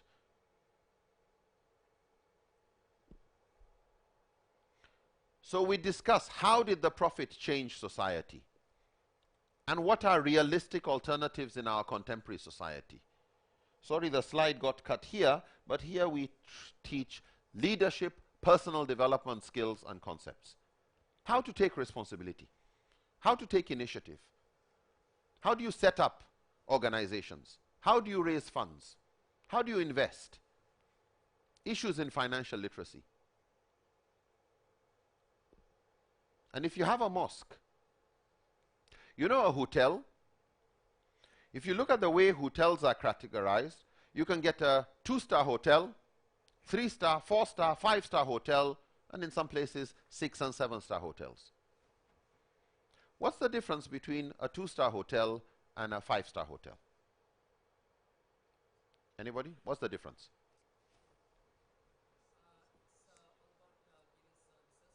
Excellent. Excellent. The facilities and the services. Okay. Any addition? More luxury. But also the courtesy, right? Yeah, courtesy.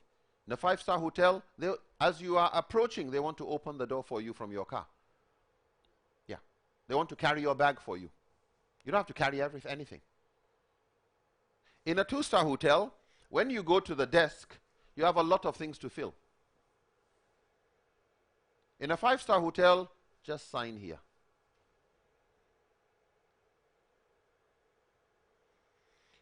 If they need any details from you, they either got it because you booked earlier on, or they ask you, do you have your card? You say yes. They just scan your card and give you back your card. They don't ask you, you write your name, write your email address, write your phone number. Where are you coming from? Where are you going? They don't disturb you. What's your birthday? You can just photocopy my passport. All the information is there. Why do I have to write it? Yeah.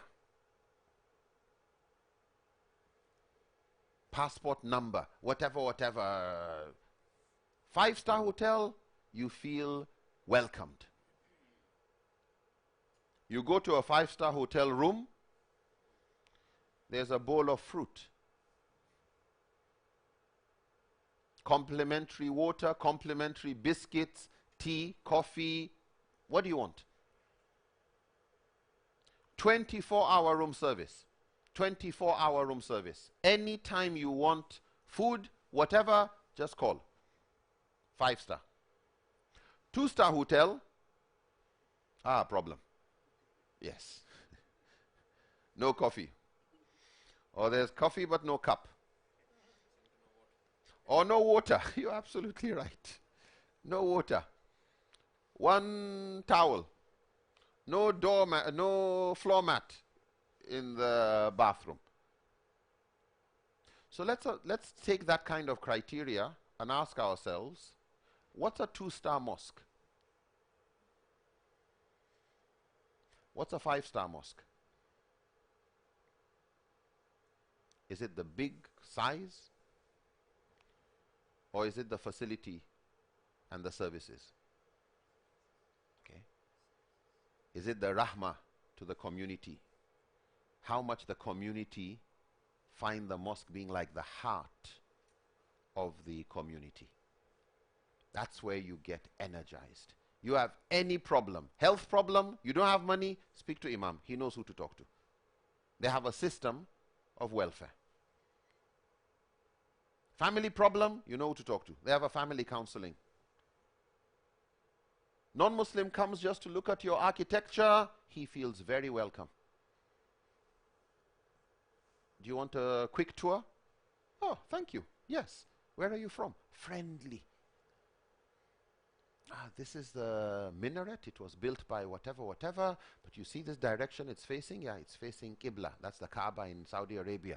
Really? Yeah. You know, so we all face that direction. And not because we worship Kaaba, whatever. We only have one God. You have one God. Yeah, what of Muhammad? No. Muhammad is just a prophet of God. Really? Yeah. And we don't worship Muhammad. So you see in the mosque, yeah, no picture. No idols. Okay. So that is the priest, the imam there. Really, we don't have priest system in Islam. Anybody can be imam, no special whatever, but the more knowledgeable person we usually put there based on merit. If he is the more knowledgeable, no person comes. We have a visitor who is knowledgeable. Sometimes we tell him to, really? Yeah, let me show you the ablution area. And you go to ablution area, no bad smell. Yeah. 2-star mosque, you smell the mosque. From the yeah, I know where we come from back in Nigeria. To train imams to start thinking, how can we make our mosque the way it was at the time of the Prophet ﷺ? That's where refugees, no space, no place to sleep. Yeah, mosque was Ahlus Sufa place. That's where people stayed. Injured, no place to go. We have a place where we will meet and give healthcare. Feeding. You want water and you don't know where to get free water to drink? Yeah, go to the mosque. You will find free water there. At the time of the Prophet ﷺ. Yeah, don't go to all the looking for a well somewhere or knock on anybody's house. Yeah, just go to the mosque. Traveler, you want to rest? Go to the mosque. Money problem? Don't stand up and say, I have this level of poverty. Quietly, there's an arrangement. There's a Baitul Mal. Non-Muslims welcome, Muslims welcome.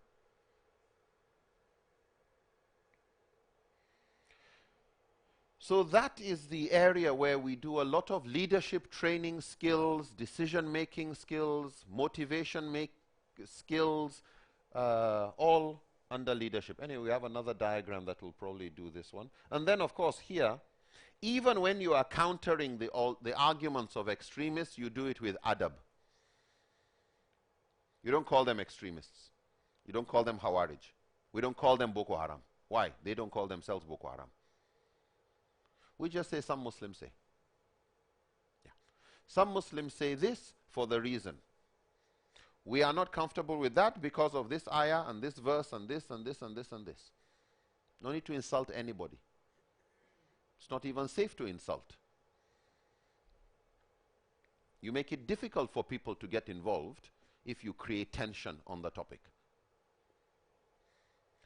And with the general public, because if you don't train the imams and you go to the masses, the youth, these are the recruitment fields. If somebody is going to be recruited into extremism, they are here.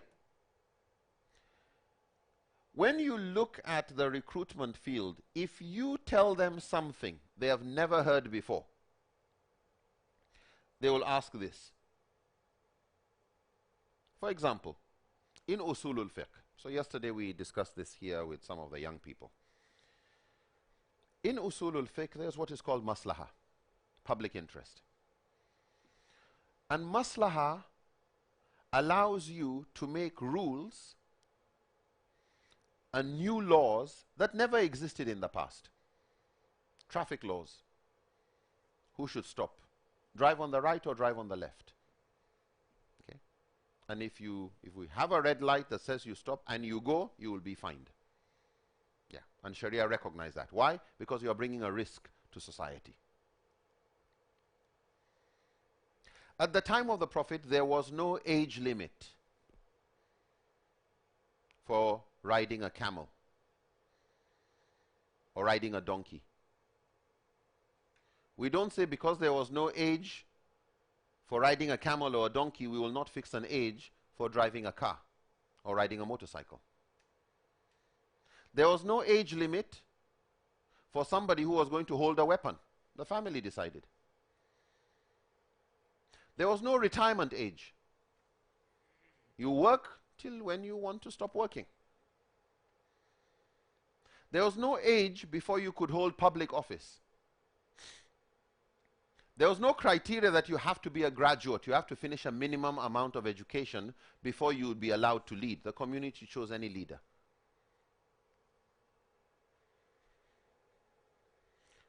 There was no age before you could hold a weapon or join the army. It was very open. Do we say because there was no age limit at the time of the Prophet, we shouldn't put age limit? Scholars will say no. You will rule according to maslahah.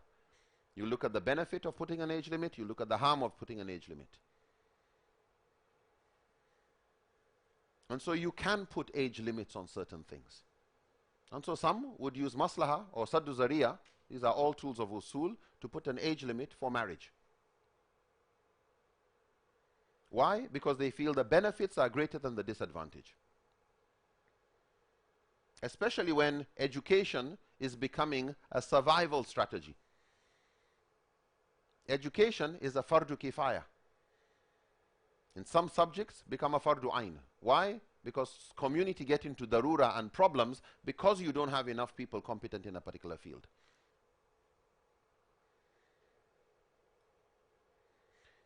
But if people don't understand where scholars are coming from, how scholars arrive at some conclusion, somebody will say is kufr. And even if you don't agree, at least you understand, okay, so it's not kufr. It's an area scholars would agree to disagree over, agreeably, but not fight over. But what happens? If you make a policy on anything in the name of Islam, and you didn't educate the gatekeepers and religious scholars in how you arrived at your conclusion, and you went and told everybody this is the new law, this is the new policy, banking, immigration, anything, marriage, anything, they will ask their imam. Imam has never heard of it, he didn't know how you arrived at your conclusion. He will oppose you. And then you find leadership beginning to get obstacles from the religious establishment. Why? Because you didn't take them along. You didn't consult. Maybe your fatwa is good. Maybe it was done by scholars in another country. But you have to engage and get local buy-in to your idea. But if you're going to get people to understand maslahah and Saddu Zariya and Istihsan, you need to teach them usul. Why? Because if you study ulumul hadith, nobody teaches you maslaha, istihsan and Saddu Zariya. If you study ulumul Quran, they don't teach you those ones. If you study qira'at of the Quran, nobody teaches you those ones. So if we are going to take people along on decisions to do with anything to do with legal reform, countering certain extremist ideas, you need to take the scholars along with you. If not, the scholars become your problem, not just the extremist. And so what we do in Nigeria, we focus on training the scholars. Yeah. We don't focus on this group. Let the scholars solve their problems. And we use the scholars to solve the problem. Why? They are more credible. They already have followership in this community. If you are going to share anything here, let it be things like Sirah. And we will explain why Sirah is important. But in order of approaching this issue,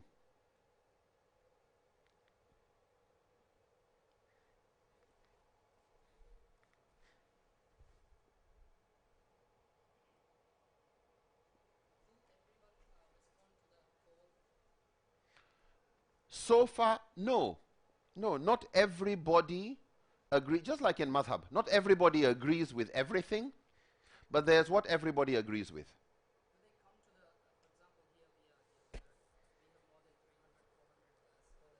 Yes. Of course. True.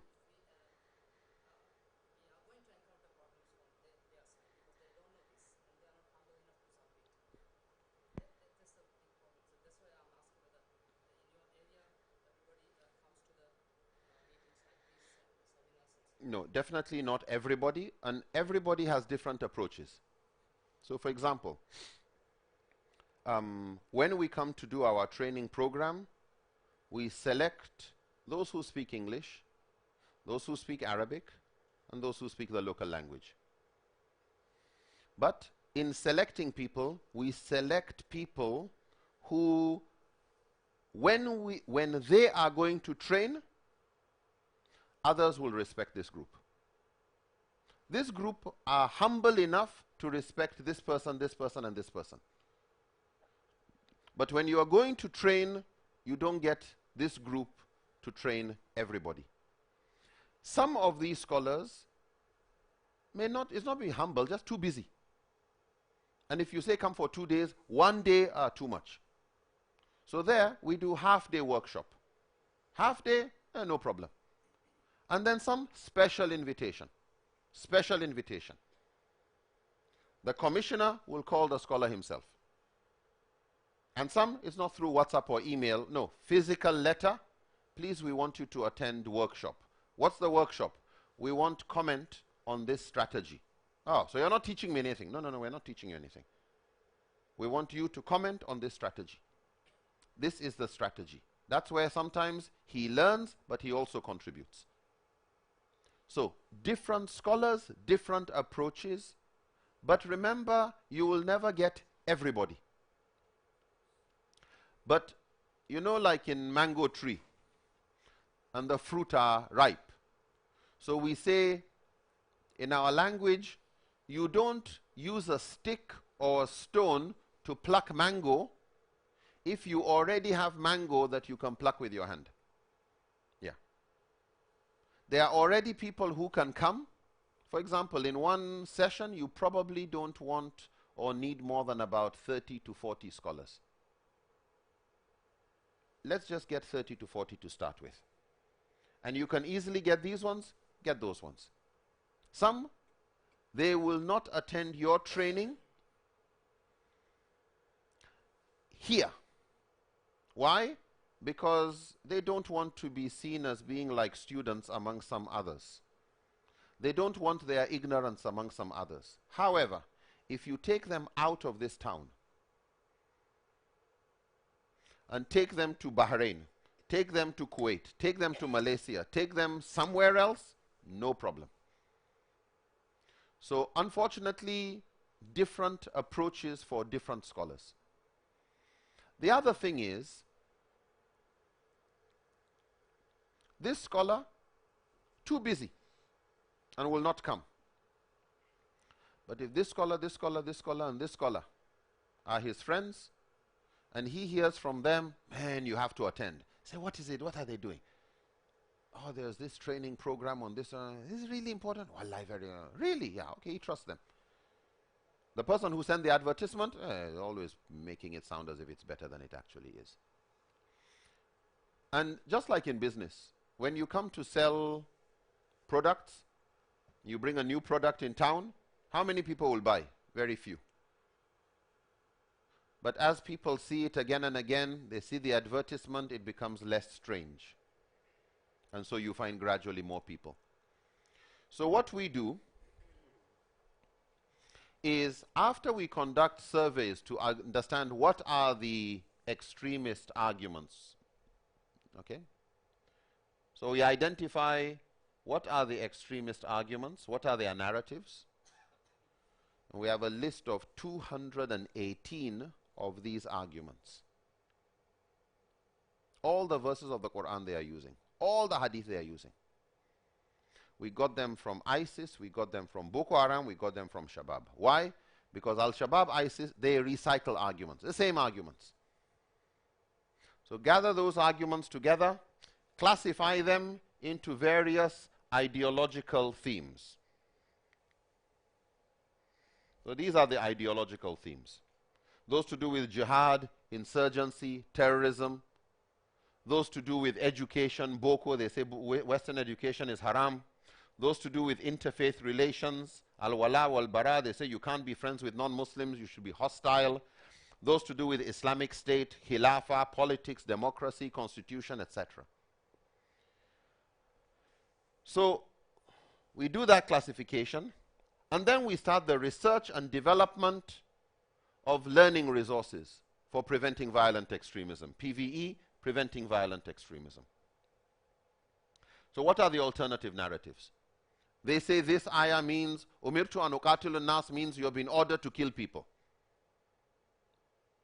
So that's an evidence they use. Okay, wait a minute.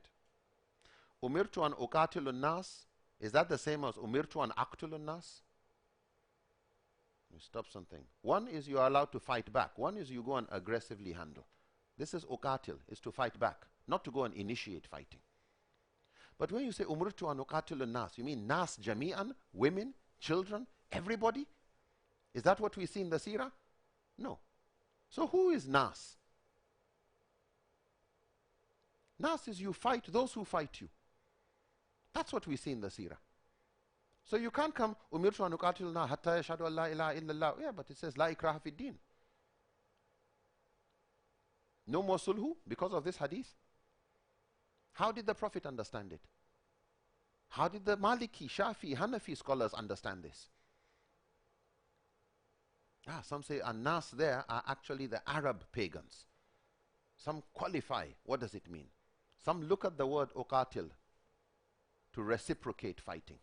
Not so you are peaceful with people. If Umirtu an uqatilu an-nas hatta yashhadu an la ilaha illallah hatta yaqulu la ilaha illallah, you mean a Muslim just fights his Christian neighbor until he does shahada? Is that what we saw in Medina? No. Is that what we saw among the Sahaba? No. So where are you getting your interpretation from? So those are the counter narratives. But in countering narratives, you shouldn't talk too much. Why? Because the extremist doesn't have too much time. If you look at his arguments, very quick, pop. So you look for what they call silver bullet. There's very quick response. If what you are saying is right, yeah, then what about this? What about this? Then okay, and then you explain. But not too long, one question, 5 pages. He has no time. In the first page, half page, he should understand he has a problem. And you make him want to read more. So, getting those researches done, counter offers the alternatives to violence that are realistic in that context. And then you get the intellectuals. You get the academics, lecturers of Islamic studies, Islamic law, the imams, scholars, religious leaders, youth leaders, community influencers. You get them to read and improve your material. After they have read, they have improved the material, they give endorsements, they give recommendations of how to improve it, they endorse it. Then it is not just you talking. Then you conduct training, TTC, training the trainers courses, or TOT, training of trainers. You train them to be trainers. But you also train them to do step-down training. This is where the first group of imams you train are the ones who will train the next group of imams. Not you train this group, you train this group, you train this group, no. You train one group, you train them very well, they train the next group. You can be there just to observe and for quality control. But once you see they are good at it, you back off and leave them to continue training. Why is that important? Because then they have their honor. They are proud of their own knowledge, their own arguments. It's not like you are there watching them like helicopter, no. Give them their independence. And so, in Yobe State, for example, we trained 30 imams. 30 imams. Those 30 then invited a total of 109 other imams and religious leaders. Divided them into classes, separate. These imams conducted training for the others. And they will invite some of their other imams as observers. Just come and watch. That's all. And if you have contribution, you make contribution. And there's space in the timetable, anything to add. And then you make literature available. Why? Some people cannot attend training, too busy, whatever, but they can read the literature. And some, they just read quickly. They say a word is enough for the wise. Yeah. Some will just flip through quickly, but that's enough for them to get the depth of the material. But because some have no time for reading, and some prefer it in local language, it is easier to produce audio version. So we produce audio version of the material. So the courses on Usulul Fiqh, Qawaid, Maqasid, we have the audio version in English, audio version in Hausa, audio version in Arabic, audio version in Yoruba, in Nupe, in many local languages. And after the imams have been trained, in that state, we start playing it on radio. Why is that important? After the imams have been trained, not before. Because when people then have questions, they can ask Imam, and Imam can give more detail. It also makes Imam know people are getting more knowledgeable.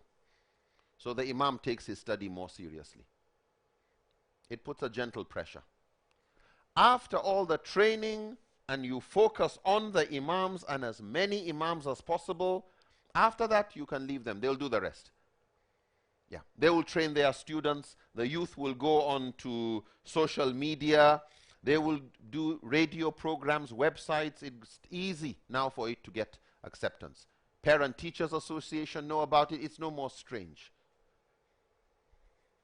But approach-wise, the need to seriously look at this question of starting with the imams first.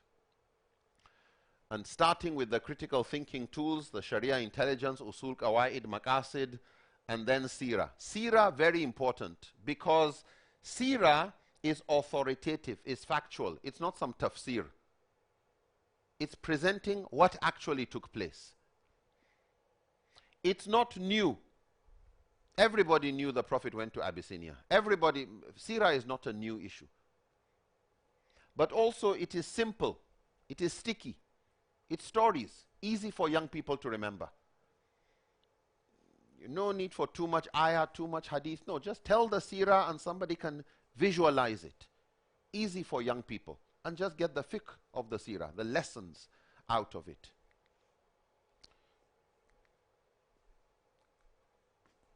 So After that, then we go on to the alternative narratives, the actual arguments, the fiqh-based arguments. And then we look at realistic alternatives to violence and leadership, management, personal development skills, and concepts. So we do training of imams, youth leaders, women. Sometimes the women want their own separately. Yeah, sometimes the women want their own separately. Sometimes they don't mind. But what we found in Yobe State and some of the areas, we've trained in quite a number of states, but the biggest training has been in Yobe because that's been the state of highest recruitment into extremism. So literature, audio books, new media. And yes, scholars will differ. Scholars differ. But just like people differ in taste, do you like this food or do you not like? Even though people may differ, this coffee is a bit bitter, this coffee is a bit this, etc. Yes, but there are certain things they all agree on. We can agree something is sweet, this is sour, this is spicy. We may differ on how much we like one or the other. So even though there's difference, yes, but there's still areas of ijma and consensus. But this is important because these are people testing coffee. Okay? Because some people say, yeah, but things on deen and religion, you can't arrive at conclusion. Everybody has his own different positions. That's partly true, but not completely true. In taste, in coffee, if somebody makes coffee and he tastes and he says, this coffee is bad, you taste it and you say, but it tastes nice. No, the coffee tastes bad. Question is the coffee bad or not? Subjective. Okay? So one is to say, this is subjective. It's good, it's bad for you, but it's good to me. However, if we get specialist coffee makers and coffee testers, what they call baristas, if we bring 5, 6 baristas and they come and taste the coffee and all of them say, this is very good coffee. Is the coffee good or bad? I will say the coffee is good. It's you who doesn't know good coffee. Yeah, you have bad taste. And so while some could want to interpret Islam this way or that way, yes, but there's what you can get all the ulama agreeing to, and all will tell you, but this is wrong. So there are areas of consensus, not just among Muslims, but even between Muslims and people of other faiths. We all believe in peace. Maqasid is something we all agree on. Generally, you'll find, even atheists will tell you, yes, people's rights should be protected, to religion, to life, to intellect, to education, all of the other things. But they would differ in the rules and the wasa'il and how to realize that. This I found an interesting quote. The most powerful mind-altering substance is truth. Yeah.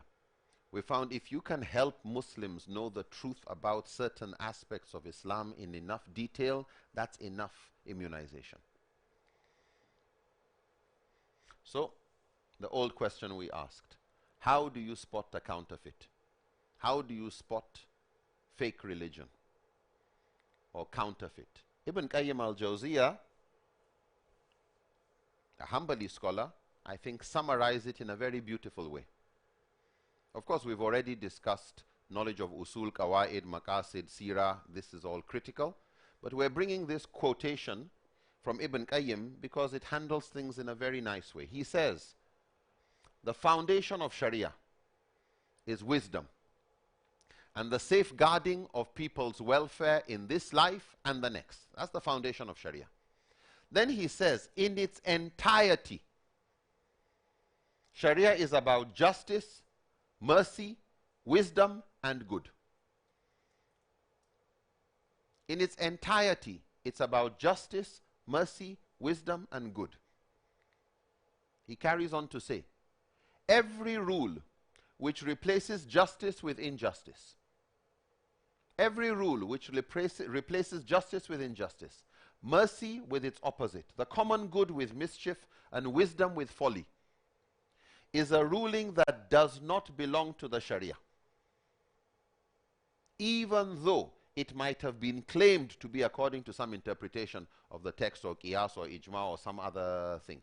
The moment a ruling contradicts with the clear objectives of the text, we should have a problem with it. Why? Because these four values are so clear in the Quran. The number of verses in the Quran that say we should stand for justice give us so much certainty that we should stand for justice, whether it's against ourselves, against our family, against whatever.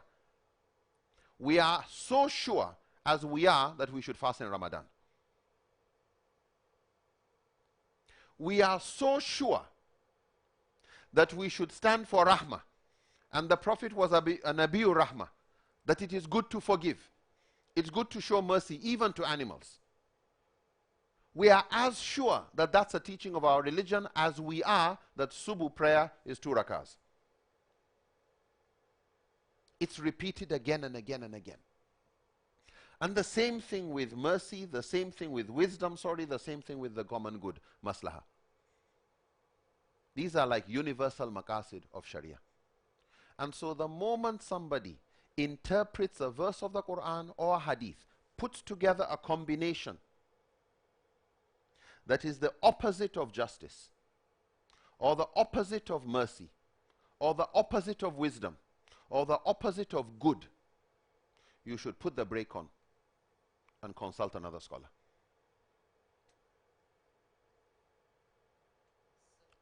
Yes, please.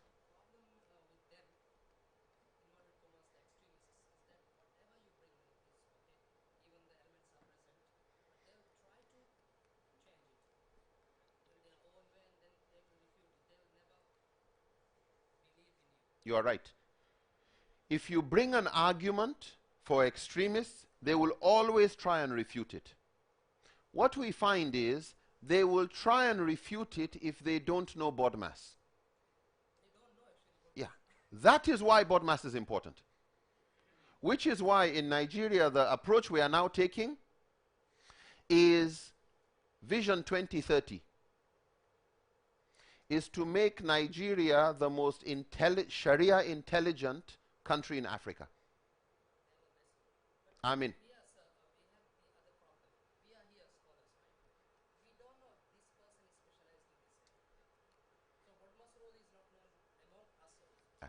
and wallahi, same thing in Nigeria. Yeah. Even among scholars, it's after you discuss it, they realize, oh, so this is his strength. Who is good in usul? Who is good in this subject area? Sheikh Sharif Saleh is one of the best scholars in usul, maqasid, and this subject. Ah, that's his special. I thought he was a hadith scholar. Yeah, he's good with hadith, but this is his specialization. That's why he's the mufti or the chairman of the Fatwa Council. Ah, what about this scholar? He's a muhaddith. And he wrote a book on that subject. And this scholar, he's also a scholar of usul, Sheikh Ibrahim Khalil, and. Yes, please. No.